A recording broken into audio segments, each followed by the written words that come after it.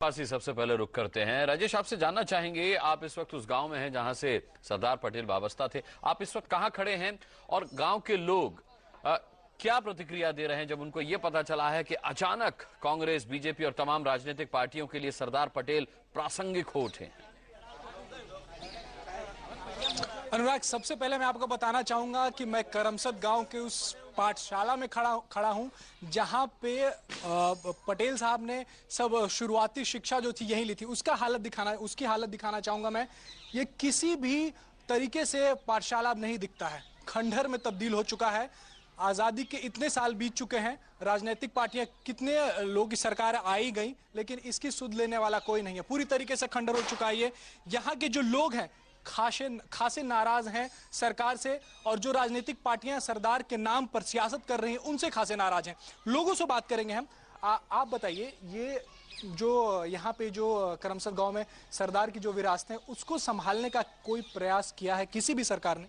किसी भी सरकार ने नहीं किया है। ऊपर से सरकार की जिम्मेदारी, सरकार ने प्राइवेट ट्रस्ट को 1 रुपये पे दे दिया भाड़े पे। खुद ये सरकार की जिम्मेदारी है, लेकिन सरकार कुछ नहीं करती, सिर्फ सरदार के नाम पे राजनीति करके खुद वोट लेने के लिए और हार पहनाने के लिए आती है। और सरकार एकदम जीरो कामगिरी पे है। सरदार के नाम पे सिर्फ मत की राजनीति के अलावा कुछ नहीं हो रहा है जी। और लोगों से बात करेंगे। ये जो यहाँ पे पाठशाला है, यहाँ पे इसका रख रखाव नहीं किया गया है, और अभी जो गुजरात के मुख्यमंत्री हैं वो सबसे ऊंची मूर्ति बनाने की बात कर रहे हैं। क्या आपको लगता है कि ये पाठशाला बनाना ज्यादा जरूरी है मूर्ति बनाने से? आप बताइए, पाठशाला बनाना ज्यादा जरूरी है मूर्ति बनाने से? पाठशाला बनाने की बहुत अगत्यता है। वो भी इतनी अगत्यता है कि जिसका संदेश पूरा देश में जाएगा। मगर जिधर से सरदार साहब ने निडर का पाठ बना और अखंड भारत का शिल्पी इधर से कहलाया, इधर की शिक्षा सरदार साहब ने इधर से ली, उसकी फर्स्ट जरूरत है। अभी आज तक सब पार्टी वाले ने इधर खाली वोट के लिए राजकारण किया है। सरदार साहब का पुराना घर है। सरदार साहब का गांव का दुर्दशा भी ऐसा है कि कोई पार्टी आज तक इधर क्या चलता है। इसकी ज्यादा जरूरत है इस पाठशाला जो है उसके निर्माण। कुछ ऐसे लोग हैं अनुराग हमारे साथ जिन्होंने इस स्कूल में पढ़ाई की, इस पाठशाला में पढ़ाई की है जहां पे सरदार पटेल, उनसे बात करेंगे। आप अपना नाम बताइएगा। आप अपना नाम बताइए सर। और ये पाठशाला में आपने पढ़ाई की है, इसकी ऐसी हालत देख के क्या लगता है आपको? ऐसे हालत देख के ऐसे हमको तो दुख होता है कि ये यादगिरी है, एक सरदार पटेल की यादगिरी है, हमारी यादगिरी है। सब जो बैठे हैं यहाँ, इनमें से लोगों जो है उसकी यादगिरी है। तो हमको अभी दुख होता है कि ये उसका कुछ मरम्मत होके उसको कुछ स्मारक होना चाहिए। आप बताइए, आप इस गांव के हैं, आप रहने वाले। क्या कभी कोई भी सरकार इस गांव की सुध लेती है? अभी सरदार पटेल को एकाएक लोग, कांग्रेस हो या बीजेपी हो, इस्तेमाल कर रही है एक तरीके से, ऐसा लोगों का कहना है। क्या आपको भी ऐसा ही लगता है कि उनके नाम का इस्तेमाल हो रहा है जबकि उनके गांव पर ध्यान नहीं दिया जाता? उसका नाम का इस्तेमाल हो रहा है पूरे देश में, पर वो यहाँ की हालत नहीं देखता है कोई। जी, यहाँ के लोग खासे नाराज हैं। और मैं अनुराग, सरदार पटेल, चले हम आपके पास, राजेश, हम आपके पास लौटेंगे। मेरे साथ सुधांशु मित्तल, प्रियंका चतुर्वेदी और रविदास मेहरोत्रा जी भी हैं समाजवादी पार्टी से। सुधांशु मित्तल जी, मैं आपसे जानना चाहूंगा कि गांव वाले कह रहे हैं कि क्या ये बेहतर नहीं होता कि स्टैच्यू ऑफ यूनिटी बनाने के बजाय इस गांव का जीर्णोद्धार कराया जाता, उस स्कूल को वापस उसके पुराने स्वरूप में लाया जाता जैसा वो हुआ करता था?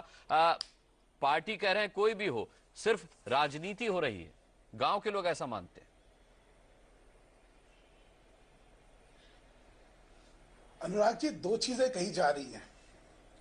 एक तो ये कही जा रही है कि ये वोट बैंक की राजनीति हो रही है, और दूसरी ये है कि ये जो स्मारक है इसकी दुर्दशा है, और इसकी दुर्दशा हो रही है तो इसलिए मूर्ति नहीं बननी चाहिए।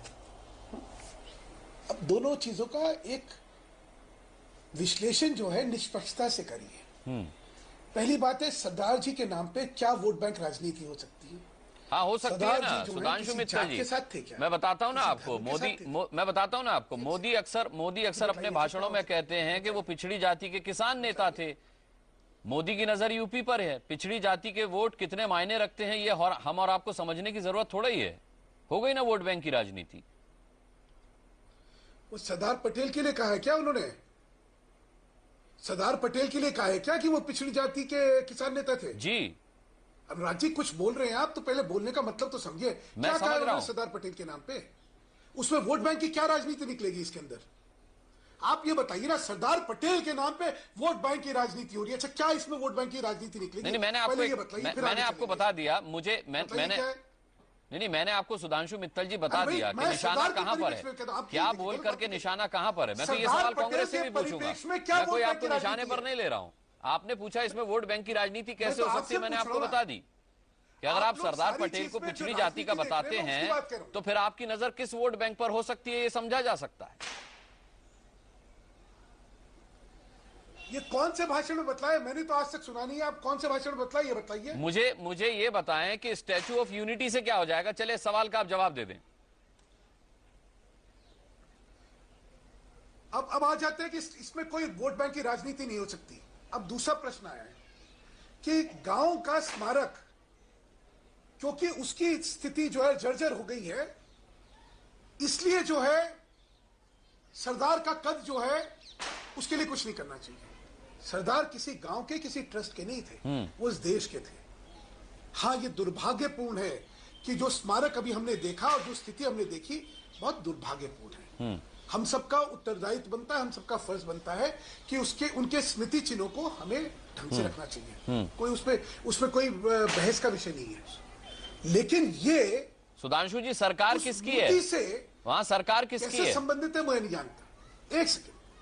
एक सेकेंड माफ करिएगा अनुराग जी, अगर आपने पहले तय कर रखा है कि व्यक्तिगत दृष्टिकोण, नहीं व्यक्तिगत नहीं, आपने कहा कि जो उनके गांव की हालत है, जो स्मारक की हालत है, जो स्कूल की हालत है, वो बेहद दुर्भाग्यपूर्ण है। तो मैंने आपसे पूछ लिया कि उस दुर्भाग्यपूर्ण हालत का जिम्मेदार कौन है, वहां सरकार किसकी है।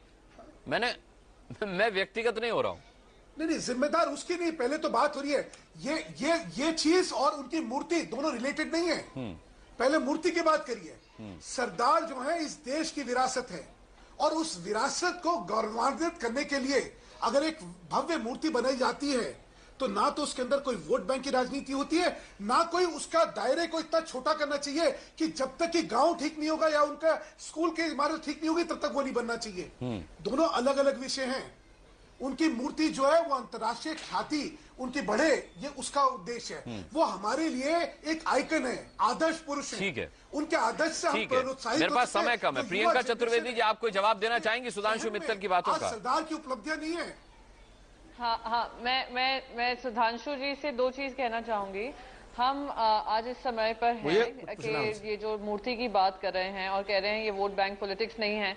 मैं एक सेकेंड, सुधांशु जी मैं बोल सकती हूँ? हाँ, तो वो इस समय की बात कर रहे हैं, मूर्ति के को लेकर बात करें कि राजनीति नहीं है। अहमदाबाद म्युनिसिपल कॉर्पोरेशन में उनका एक म्यूजियम चलता है, सरदार वल्लभ भाई पटेल का म्यूजियम है, जो बहुत ही बुरी हालत में है। और आज आपने दूसरी दिखाया कि उनके गांव में क्या हालत है, उनके स्कूल की और उनकी स्मारक की। तो अगर वो उनको इतना लगाव होता सरदार पटेल से और उनकी आइडियोलॉजी से, तो आज उन्होंने पहले उस पर ध्यान दिया होता। और इतने सालों से वो सफर कर रहा है, उस पर कुछ नहीं बोल है इनका। दूसरी रही आइडियोलॉजी की बात, ये बार बार कह रहे हैं हमारे बड़े नेता हैं। आज 2013 में ये वही पार्टी है जिसके सारे डिसीजंस नागपुर से आ रहे हैं, और ये वही डिसीजंस नागपुर से वही ऑर्गेनाइजेशन से आ रहे हैं जिनको उन्होंने बैन किया था। तो आज क्योंकि उनके खुद के पास कोई ऐसा बड़ा नेता नहीं है जिनके बारे में वो गर्व कर सकें, तो आज वो कोशिश कर रहे हैं कि हम दूसरे नेताओं को लेकर हम उनके बारे में बात करें। जी ठीक है। रविदास मेहरोत्रा जी, राजनीति कौन ज्यादा कर रहा है सरदार पटेल पर, बीजेपी, कांग्रेस या आप? गर्व कर रहे हैं ना जी। देखिए बीजेपी और कांग्रेस दोनों लोगों ने लौह पुरुष सरदार पटेल की उपेक्षा करने का काम किया है। जो उनका स्मारक है, जो उनकी पाठशाला है, उसकी उपेक्षा तो हुई है, लेकिन आज याद आ रही बीजेपी को 13 साल से गुजरात में सरकार भारतीय जनता पार्टी की है, और वहां उनके स्मारक में और उनके पाठशाला में कोई भी काम करने का काम नहीं हुआ। जब लौह पुरुष जिंदा थे तो उन्होंने एक बात कही थी, जब राष्ट्रपिता महात्मा गांधी की हत्या हुई थी उस समय आरएसएस के ऑफिस में जश्न मनाया जा रहा था। चलिए छोड़ दीजिए उस बात को। उतना पुराना रेफरेंस की यहाँ कोई जरूरत नहीं है। रविदास मेहरोत्रा जी, चले मैं लौटूंगा आपके पास, राजेश कुमार के पास एक बार फिर जाएंगे हम। पटेल साहब के गांव से हमारे साथ लाइव जुड़ रहे हैं, वहां के लोग भी उनके साथ हैं। पूरी बात सुन लीजिए जी, पूरी बात सुन लीजिए। हाँ देखिए, हमारी पूरी बात सुन लीजिए, पूरी बात सुन लीजिए। हमारा कहना यह है कि भारतीय जनता पार्टी जो है आज वोट बैंक के लिए उनका नाम ले रही है, और उनका कोई उनके सिद्धांत से, उनके नीतियों से, उनके कार्यक्रम से उनका कोई मतलब नहीं है। ठीक है, लौह पुरुष ने, पटेल जी ने, हाँ ठीक है, मनीष तिवारी ने तो यहाँ तक कह दिया कि अगर बीजेपी सरदार पटेल में इतना ही विश्वास जता रही है तो उसका पीएम कैंडिडेट फिर मोदी नहीं कोई और होना चाहिए था। राजेश, इस सियासत पर, जो विरासत को लेकर सियासत हो रही है, जो उनके गांव की उपेक्षा को लेकर सियासत हो रही है, जो स्टैच्यू ऑफ यूनिटी को लेकर सियासत हो रही है, जो कांग्रेस और बीजेपी सियासत करे पटेल को लेकर के, कितने आहत हैं सरदार पटेल के गांव वाले?